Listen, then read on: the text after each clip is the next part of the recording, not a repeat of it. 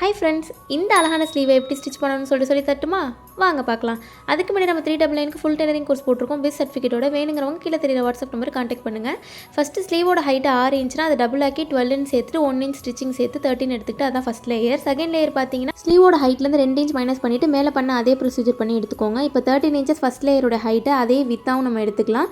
Next second லேயரோட ஹைட்டை வித்தாகவும் எடுத்துக்கலாம். Mark பண்ணிவிட்டு இப்போ இதே மாதிரி ஃபோல்டு பண்ணிக்கோங்க. ஃபோல்டு பண்ணிவிட்டு ஃபஸ்ட் லேயர் வந்துச்சுல ஆன்சர் அதை ரெண்டாவது டிவைட் பண்ணி வர்ற ஆன்சரை அதை அப்படியே மார்க் பண்ணி கட் பண்ணி எடுத்துக்கோங்க. அதே மாதிரி வந்து பார்த்திங்கன்னா சென்டரை மார்க் பண்ணிக்கலாம். செகண்ட் லேயருக்கு பார்த்தீங்கன்னா சேம் அதே மாதிரி டிவைட் பண்ணிட்டீங்கன்னா 4.5 வரும். அதை அப்படியே மார்க் பண்ணி கட் பண்ணி எடுத்துக்கலாம்.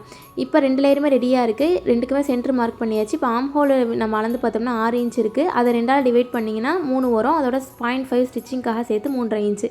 இப்போ நான் போடுற மாதிரியே மடித்து போட்டு அந்த 3.5 இன்ச்சை மார்க் பண்ணிவிட்டு அதோடைய சென்டர் பாயிண்ட்டை மார்க் பண்ணுங்கள்.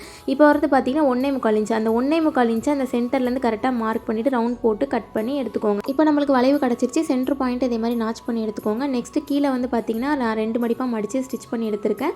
மேலே சின்ன லேயரும் கீழே பெரிய லேயரும் வர மாதிரி போட்டிருக்கேன். இப்போ பெரிய லேயரில் உள்ள சென்டர் நாச்சை இந்த ஷோல்டரோட கரெக்டாக வச்சு அப்படியே சுற்றிலும் அடிச்சிக்கிட்டோம்னா நம்மளுக்கு ஸ்லீவ் ரெடி ஆகிடும். நீங்களும் ட்ரை பண்ணி பாருங்கள். ரொம்பவே சூப்பராக இருக்கும். இதே மாதிரி மோர் வீடியோஸ்க்கு ஃபாலோ பண்ணி வச்சுக்கோங்க.